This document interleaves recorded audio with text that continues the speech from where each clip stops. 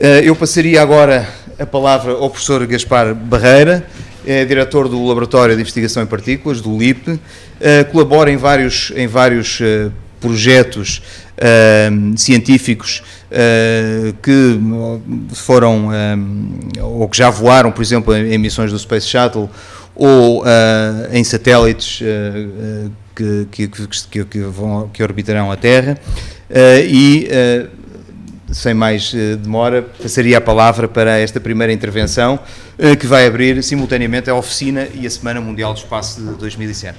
Muito obrigado. Muito obrigado. Em primeiro lugar, quero agradecer o risco que a Ciência Viva da Amadora assumiu em ter-me convidado. Quando me convidaram, eu não podia dizer que não, porque o LIP é, entre aspas, um dos donos da Agência de Ciência Viva, é um dos sócios da agência, portanto é uma obrigação institucional não recusar os convites do Ciência Viva. E por outro lado é um prazer. Está ligado? Ok. Parece que tenho que me sentar, o que é muito mais cómodo. E portanto não podia dizer que não. Entretanto o tema assusta-me, não tenho nenhuma competência especial nesta área, mas recordei-me que tenho uma competência, e a competência é que há 50 anos já cá estava, e o que aconteceu no dia 4 de setembro marcou-me profundamente. E é por isso que me ocorreu chamar a esta conversa de amigos reminiscências. Eu pus ao lado uma imagem de um scanning de PET, de Position Emission Tomography, do cérebro, é a atividade cerebral. Tem que ver comigo, porque sou físico de partículas, isto tem que ver com a desintegração dos positrões em 2 raios gama, que nos fornecem depois esta imagem, e esta atividade cerebral está associada ao processo de aprendizagem e memorização. E, portanto, está associada ao processo. Eu considero reminiscências aquilo que, ao longo de uma vida, fica impregnado na memória de tal maneira que é intemporal. Isto é, são aquelas recordações que, embora se prolonguem num arco longo de tempo, estão tão presentes como se tivessem passado no tempo passado imediato. E todos nós temos, ligados à nossa vida pessoal, à nossa vida profissional, reminiscências deste tipo. Isto é, factos que nos estão presentes na memória como se tivessem passado neste instante. E, pegando no tema do dia 4 de outubro de 57 e do lançamento do Sputnik, eu procurei chamar algumas das minhas reminiscências e partilhá-las convosco. As minhas reminiscências estão em grande parte associadas a imagens. Uma primeira, e é só para dar uma dimensão temporal às reminiscências, é qualquer coisa que se passou há cerca de 20 mil anos, quando um antepassado nosso pintou nas cavernas de Lascaux o mundo e os animais que nos rodeavam. Eu vi isto há muitos anos, tenho a imagem presente como ela se tivesse passado hoje. Outra imagem que está presente nas minhas reminiscências, e já verão depois que nexo é que eu acho que isto tem com o Sputnik, é Stonehenge, seguramente qualquer coisa que se passou entre menos 4.000 e menos 6.000 anos atrás, e que representou, sem dúvida, uma aventura para a humanidade de então.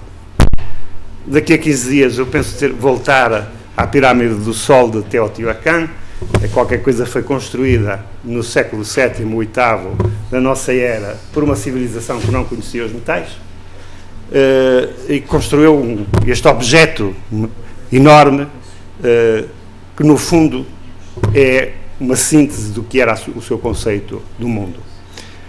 É chamada Pirâmide do Sol, e está nas minhas reminiscências, embora a tenha visto há 20 e tal anos, como se a tivesse visto ontem.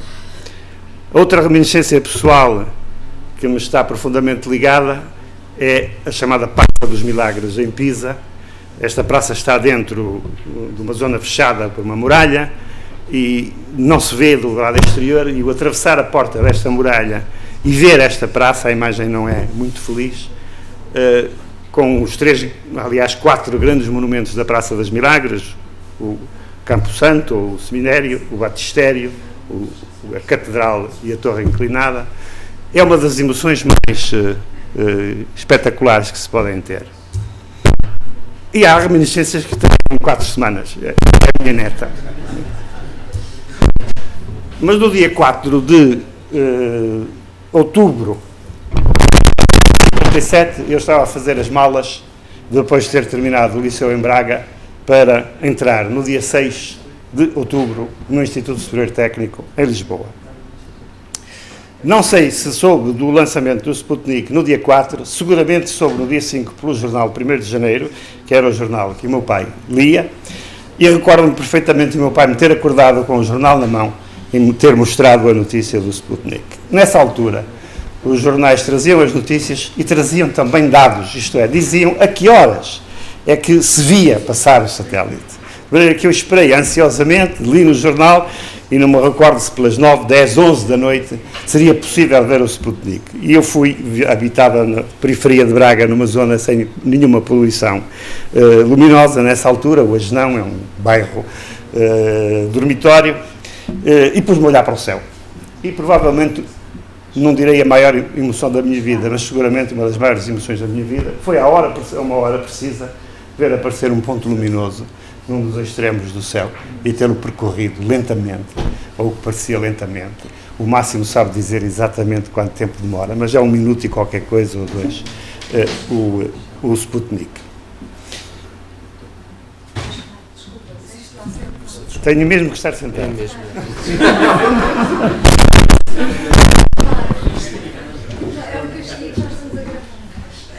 O Sputnik apareceu como uma surpresa completa no mundo dos mídia, no mundo da ciência.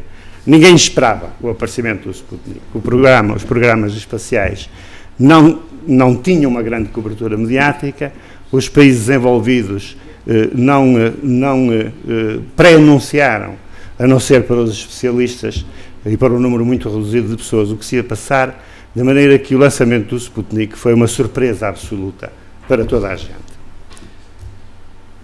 Desencadeou, obviamente, uma enorme onda de curiosidade. O primeiro exército que foi mobilizado foi o exército dos radioamadores. Todos os radioamadores em toda a Terra, mediante o fornecimento da frequência de transmissão do Sputnik, começaram a sondar com as antenas o espaço e eu espero que isto se ouça. E o que ouviram, e que vocês vão ouvir na rádio seguramente por estes dias com muita frequência, foi o falar do Sputnik.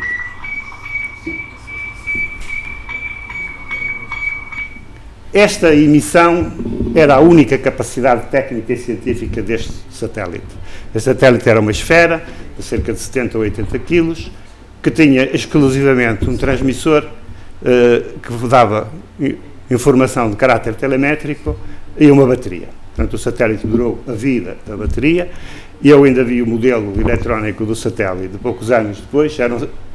Este equipamento era todo constituído por válvulas termoiónicas, os transistores ainda não eram correntes, embora já houvesse rádios portáteis com transistores. Os melhores tinham 7 transistores, estava escrito claramente com grandes letras no painel destes rádios, 7 transistors, 7, como 7 touros, 7 nas touradas, e portanto era o limite da tecnologia então. O impacto nos mídias foi enorme. Esta é a página do New York Times que anuncia o lançamento do Sputnik primeiro, e há muito poucos acontecimentos no nosso século que tenham ocupado, como este, uma página inteira do New York Times. E o que se passou com o New York Times passou-se com quase todos os grandes mídias, nomeadamente na própria imprensa portuguesa, que poucos dias depois começaria a ser silenciada pela censura para baixar o tom, digamos, de admiração que se tinha desencadeado. O que era o ano de 57 no mundo e o que era o ano de 57 neste país? Este país, em 57, era um Zé Povinho adormecido, que começava a apanhar uns safanões. O primeiro safanão, provavelmente, que o ano de 57 apanhou, foi um safanão que apanhou a juventude. Foi o nascimento do rock. A primeira canção de rock and roll em Portugal era a banda sonora de um filme que se chamava Sementes de Violência. Não me recordo do realizador, recordo do ator principal, era Glenn Ford. E a música de acompanhamento do filme era 1, 2, 3 o'clock, 4 o'clock rock, que eu creio que consegui descobrir. Isto ainda é o Sputnik. Vamos ter paciência e ouvi-lo.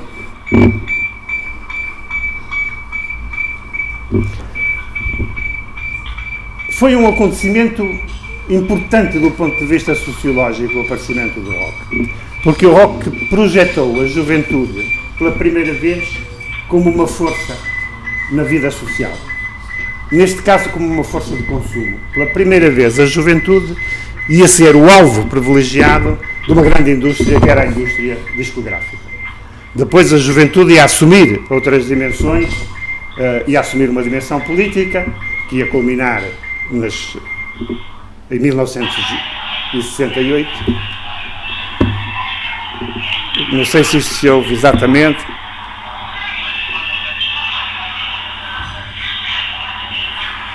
Não. Saiu do sítio. Esta juventude, de certo modo, nasce para a atenção da sociedade, nasce como uma força de consumo.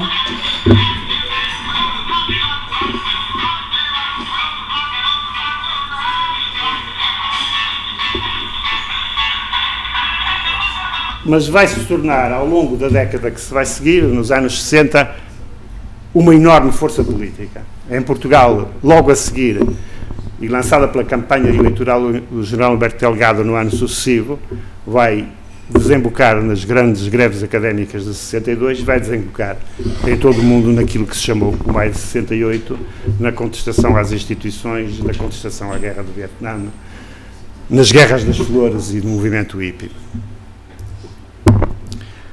O Sputnik multiplicou-se depois em gadgets de todos os tipos, das louças aos selos, das marcas de tabaco, e pouca gente provavelmente se recordará, influenciou a literatura. Este é um livro de poemas de um poeta japonês que saiu poucos meses depois do lançamento do Sputnik, Sputnik, meu amor. Provavelmente hoje ninguém fala do espaço de uma forma tão romântica, mas nessa altura falou-se dessa maneira. Se olharmos para o que era o mundo tecnológico em 57, o mundo tecnológico de 57 aparece aos olhos das pessoas de hoje e dos jovens de hoje como um mundo hoje extremamente primitivo. Não havia telefones celulares, não havia computadores, não havia discos compactos, não havia circuitos impressos, não havia máquinas de calcular e em Portugal não havia sequer televisão. A televisão nasceu mais ou menos por alturas em Portugal do lançamento do Sputnik. Quando eu saí de Braga, no dia 6 de outubro de 57, a televisão ainda não chegava a Braga, mas já existia em Lisboa há poucos meses.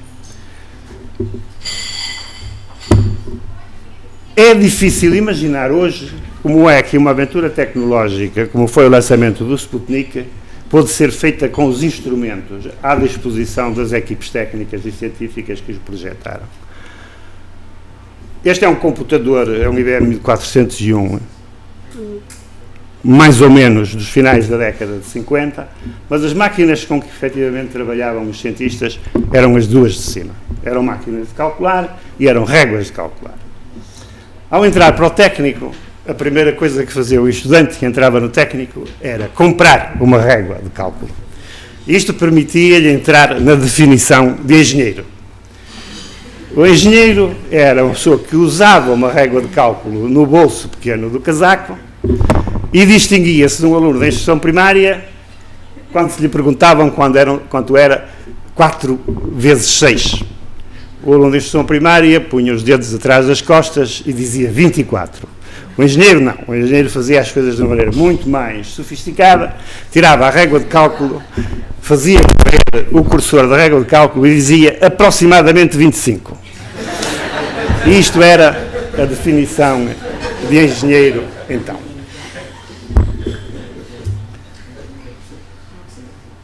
O primeiro computador que se instala em Portugal é instalado no ano seguinte, no LNEC. é um Stantec Zebra.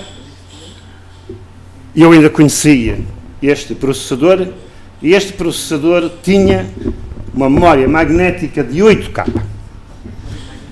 com palavras de 33 bits, nunca percebi que era 33, não era seguramente de paridade, e foi durante 4 ou 5 anos o único computador existente no país. Foi a seguir complementado pelo primeiro computador relativamente avançado, comprado pela Fundação Gulbenkian, que serviu mais que uma geração de investigadores e cientistas deste país. E estes eram os instrumentos com que foi construído o primeiro Sputnik. Para vos dar uma ideia, este é o avião da TAP que fazia a carreira entre Lisboa e Porto. Nesses anos, foi o primeiro avião que eu tomei em julho de 58 para fugir à polícia após a candidatura do general Humberto Delgado. E para vos dar agora um pouco mais seriamente o impacto que teve o lançamento do Sputnik no mundo político, este é um memorândum para uma conferência de imprensa do presidente dos Estados Unidos, o general Eisenhower, e onde se discutia que atitude deviam tomar os Estados Unidos e o seu presidente em função do lançamento do Sputnik. É preciso pensar que o Sputnik desencadeou este lançamento as reações mais contraditórias. E uma das reações mais estranhas foi uma reação de pânico. Estava-se na guerra em plena Guerra Fria e o presidente dos Estados Unidos perguntava aos seus conselheiros que atitude devia tomar. Se reconhecer o acontecimento como um grande acontecimento tecnológico e científico, se aceitar o desafio que ele representava para o futuro dos Estados Unidos e tomar as medidas adequadas, ou se tentar minimizá-lo para contrariar uma onda de pânico que, em certas camadas da sociedade, se tinha levantado nos Estados Unidos. Os assessores do Presidente Eisenhower e o próprio Presidente foram suficientemente inteligentes, isso é dito neste documento, para não minimizar de forma alguma a importância técnica, científica e de futuro que constituía o lançamento do Sputnik. Mas esta atitude não foi unânime no governo dos Estados Unidos. Esta é a intervenção do secretário de Estado, Foster Dulles, numa reunião poucos dias após o lançamento do Sputnik, em que o secretário de Estado, Foster Dulles, pede que não se modifique o programa científico dos Estados Unidos, relativamente modesto, em função ou como resposta ao desafio lançado pelo lançamento do Sputnik. Portanto, as reações foram contraditórias.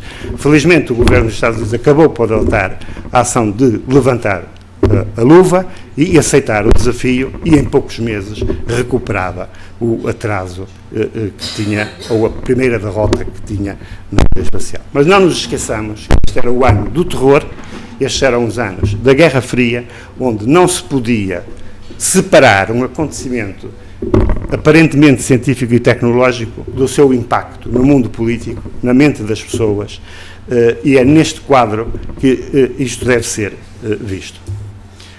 Bem, eu vim para Lisboa, entrei no técnico e no dia 6 entrei com a sensação que ia entrar no mundo com que eu sonhava há anos e com um grande balde de água fria. O técnico, a minha escola, um professor do técnico, o professor da aeronáutica, professor Varela Cid, nos jornais e na rádio declarava que o Sputnik não existia porque era fisicamente, cientificamente impossível lançar qualquer objeto no espaço.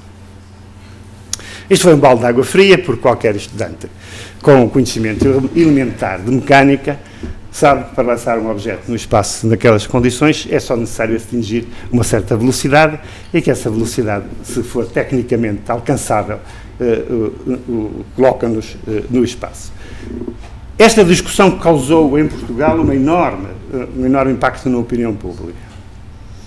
E para minha vergonha, como membro da comunidade científica, esta posição do professor Varela Cid não teve nenhuma resposta, ou respostas só muito tímidas, do mundo académico de então.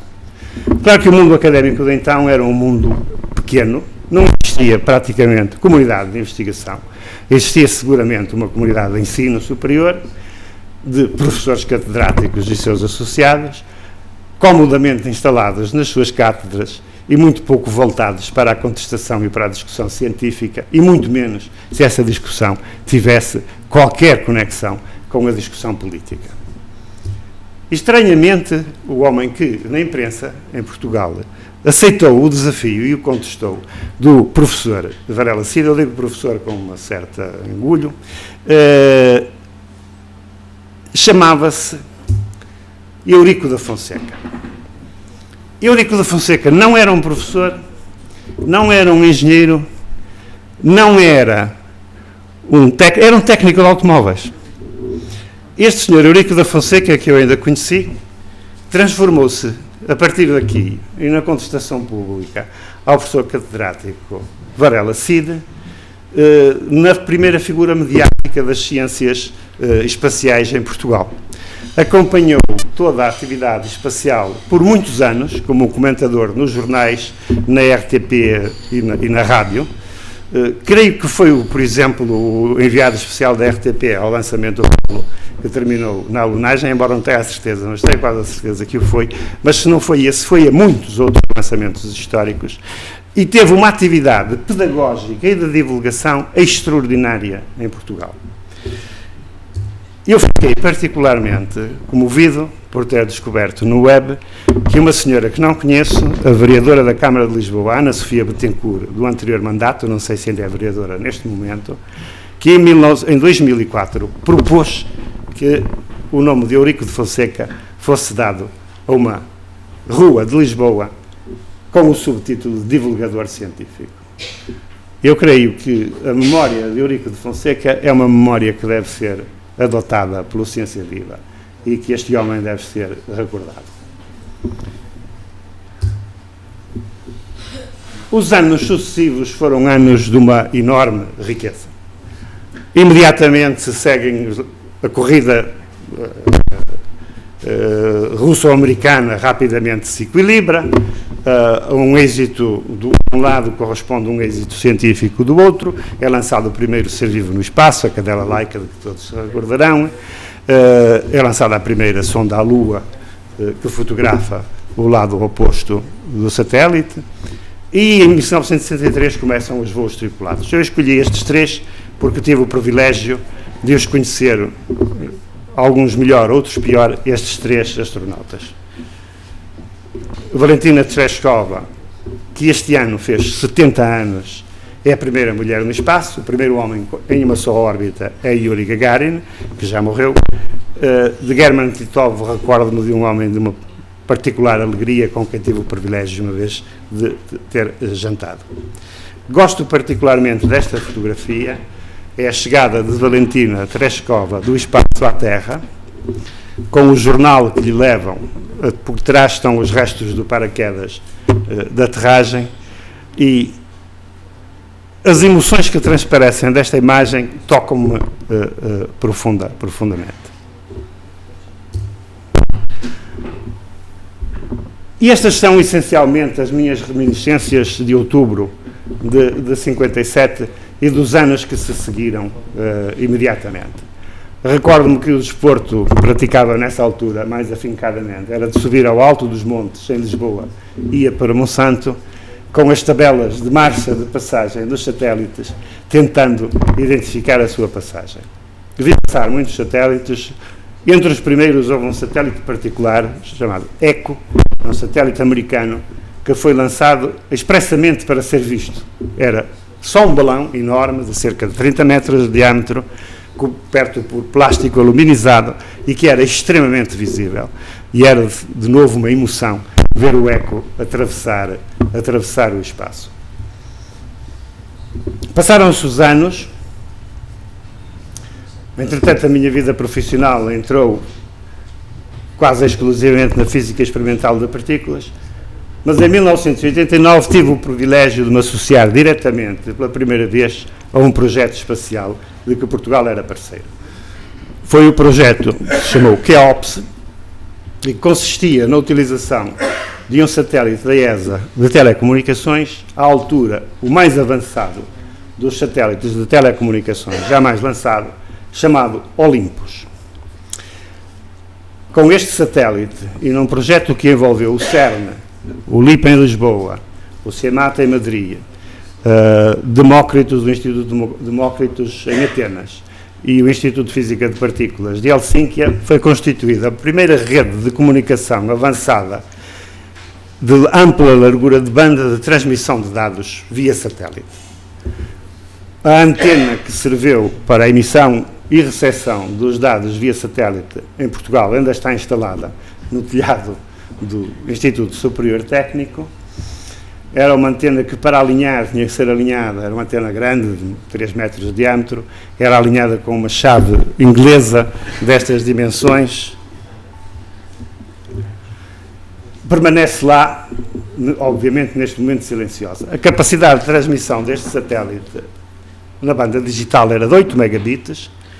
Se pensar que hoje as linhas internacionais da RCTS têm 2.5 gigabits, mas nesta altura as comunicações internacionais, a partir de Portugal, a linha mais larga tinha 2 megabits na altura. Portanto, este satélite só por si tinha 4 vezes a capacidade total instalada para todo o país em transmissão de dados para o resto do mundo.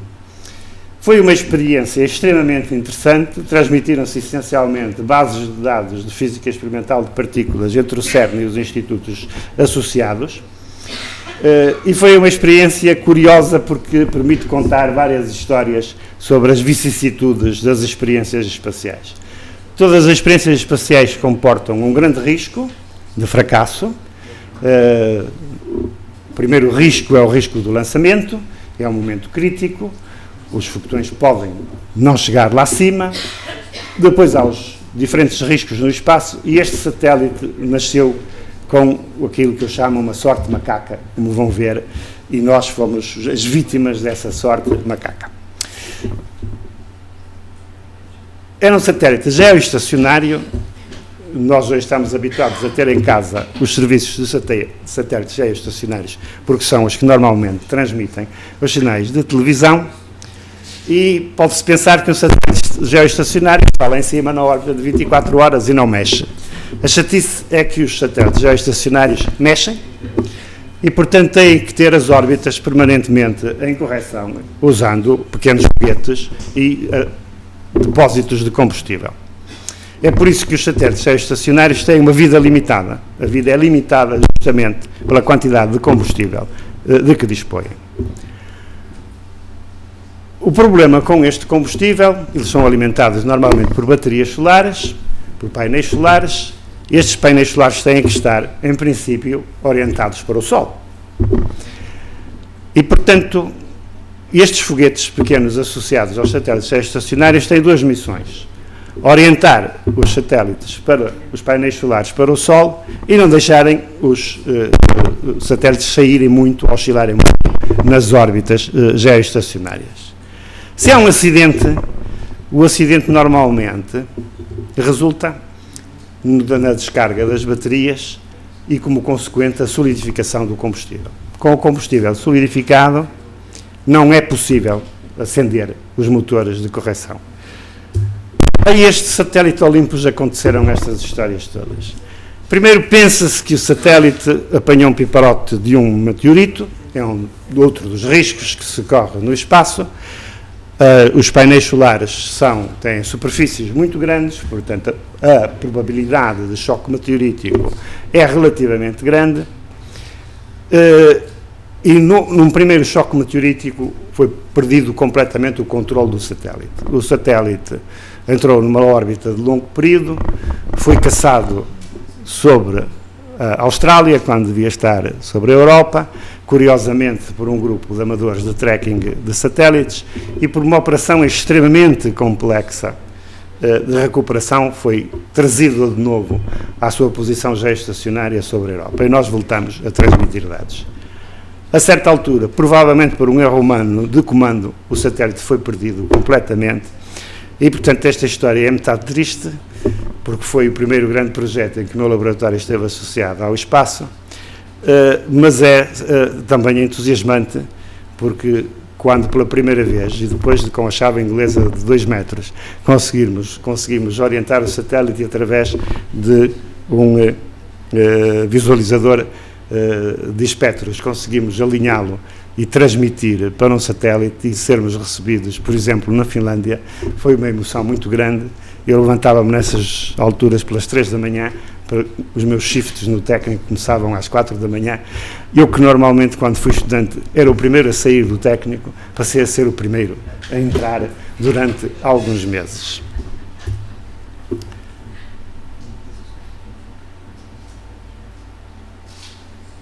A outra reminiscência que tenho é uma reminiscência de caráter pessoal. E está associada à chegada do homem à Lua. O LIP não existia ainda nessa altura, quando o homem chegou à Lua, e o presidente do LIP, então, estava preso no Forte de Peniche. Isto é o torreão exterior do Forte de Peniche, onde, aliás, houve uma fuga célebre do Dias Lourenço sobre esta escarpa. E em 1989, os presos políticos no Forte de Peniche pediram insistentemente, em várias exposições ao Ministro da Justiça, que fossem autorizados a seguir pela televisão a lunagem do módulo LEM da NASA. Preciso que se saiba, no Forte de Peniche, isto é o interior do Forte de Peniche, não sei se esta era a minha cela nessa altura, não era permitido aos presos políticos ouvir a rádio, ouvir a televisão, não era sequer permitido conversar e não era possível ver o exterior. Portanto, o Forte de Peniche é completamente fechado e as pessoas que passaram muitos anos neste forte, passaram anos sem ver uma árvore, sem ver uma galinha. Pode-se ter saudades de ver uma galinha. Estes nossos pedidos existentes resultaram sempre numa negativa total do Ministério da Justiça. E nós não pudemos seguir no Forte de Peniche o lançamento e a lunagem de Armstrong na Lua. Recordo-me que, por sorte, nos momentos da lunagem, um dos guardas republicanos que fazia a segurança do forte do lado exterior tinha um rádio de pilhas na mão e estava a ouvir a reportagem. E chegavam uns sons vagos que nós tentávamos perceber através das paredes se a lunagem tinha tido êxito ou não. Esta é uma reminiscência triste, obviamente, mas serve só como introdução à minha vingança pessoal. São imagens que eu guardei dessa noite terrível do Forte de Peniche, a primeira pegada do homem na Lua, mas em 1998 pessoalmente vinguei-me. Em 1998, no dia 2 de junho, eu estava em Cabo Canaveral para assistir ao lançamento do módulo do Shuttle Discovery na missão STS-91, contendo uma experiência científica de que o LIP tinha sido parceiro na sua construção e depois na exploração dos seus dados. Esta é a equipe que tripulava a estação STS-91 e, de novo, um momento particular em que, numa tarde de sol e de um calor extremo, vi levantar o shuttle, eu senti-me compensado de todas as frustrações de alguns anos antes, em Peniche. Este é o momento imediatamente prévio ao lançamento. Nós estávamos, nomeadamente com a presença que eu creio que irão ter à tarde do atual Ministro da Ciência, Mariano Gago, a poucas centenas de metros deste ponto. O instrumento que nós pusemos no espaço chamava-se AMS, Alpha Magnetic Spectrometer.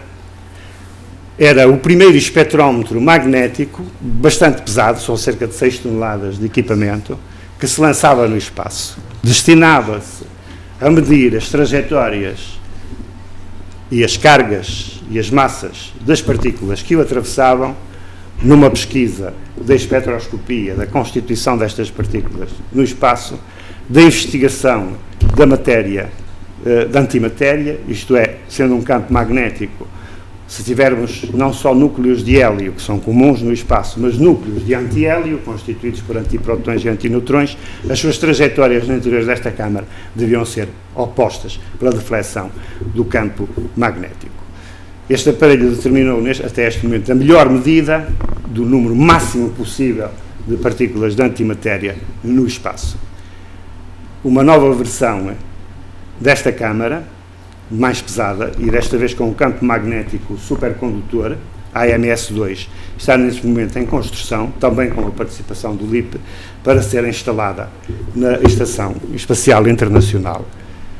Enquanto a missão de AMS-1 durou cerca de uma semana, prevê-se que a AMS-2 terá um tempo de vida útil de aquisição de dados na Estação Espacial Internacional de cerca de 2 anos. Bom, este foi um longo caminho para um macaco peludo que há uns milhões de anos inventou o primeiro instrumento para extrair mel de um favo de mel.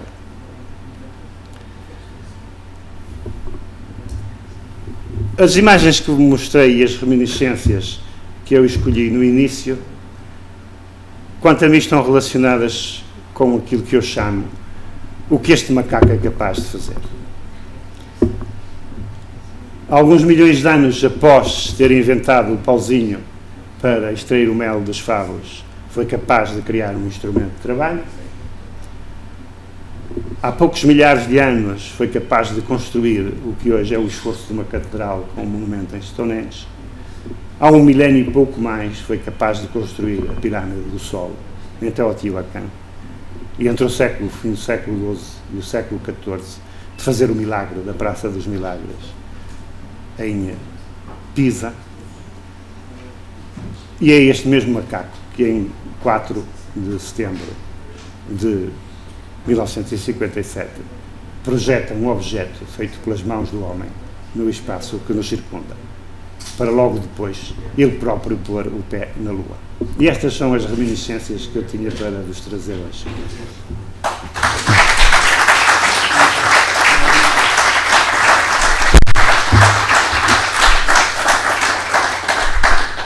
Estou à vossa disposição, se quiserem ou tiverem alguma pergunta a fazer.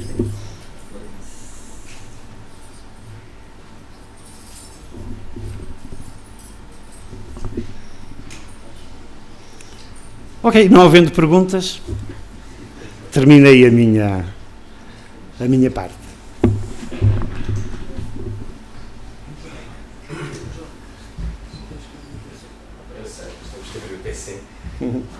Obrigado, professor Gaspar, por esta apresentação tão inspiradora do resto das atividades. Nós, por acaso, temos aí o som do Sputnik, mas pronto, não o pusemos no ar, mas daqui a bocadinho vamos pô-lo no ar.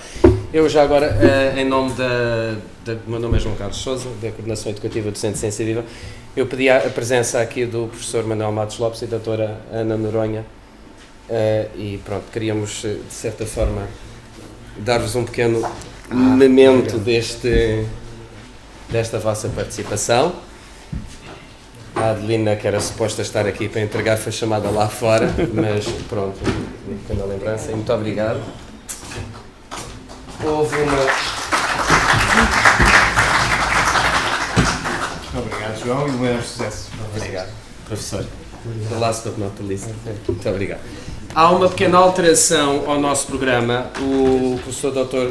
João Correia de Freitas vai falar a seguir ao coffee break. Nós já estamos ligeiramente atrasados. Portanto, vai seguir o coffee break e dentro de cerca de 10 minutos regressamos para retomar o programa com a apresentação do professor João Correia de Freitas, do nosso convidado da Universidade de Greenwich e depois do professor... Tenho uma prenda também para a Amadora.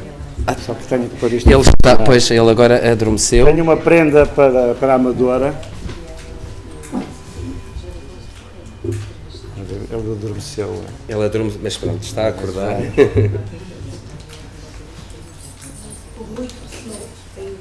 Pronto, ok. Só que estive à espera que me dessem uma prenda, senão não dava... Aliás, nós já tínhamos visto o macaco, não é? Portanto... E até aqui tenho um password. Né? Ora, com licença, desculpa. É uma password... Não é? Ok.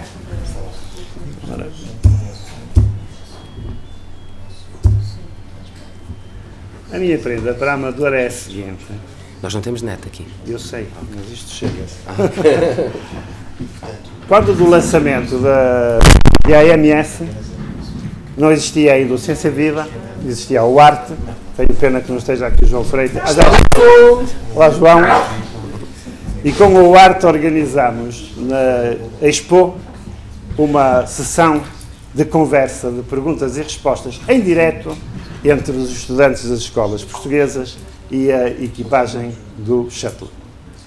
Foi feito na Telecom, então na Expo.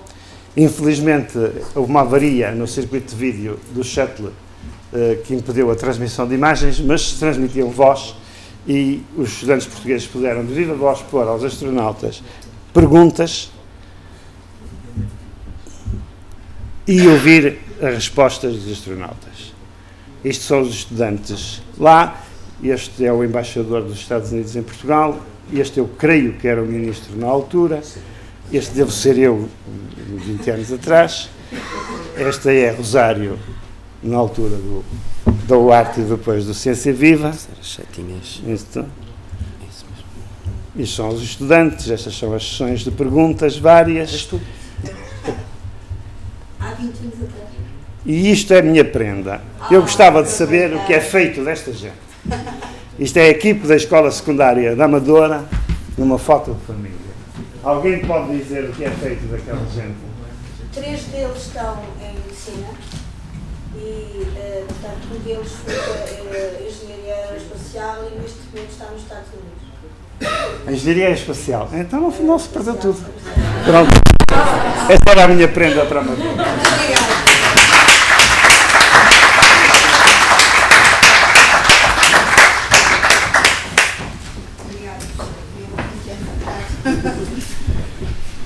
Deixa cá pôr.